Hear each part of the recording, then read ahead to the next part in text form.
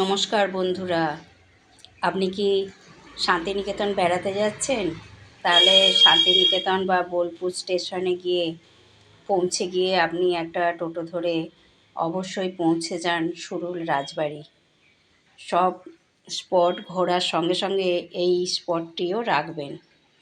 এখানে এই যে প্রবেশ করছে সুরুল রাজবাড়ি, চারিদিক ঘর বিশিষ্ট এই রাজবাড়ি, সুন্দর কারুকার্য আর মোটা মোটা দেয়াল বিশিষ্ট এই রাজবাড়ি। এখানে কত সুন্দর করে সাজানো আছে। আর এই যে এখানে বলি হয় দুর্গাপুজোর সময়, দুর্গা মণ্ডপ আছে। আর সুন্দর একদম 40 ফুট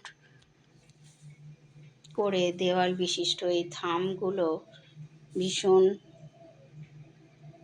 সাবেকিয়ানা ছাপ রাখে। আপনি দেখবেন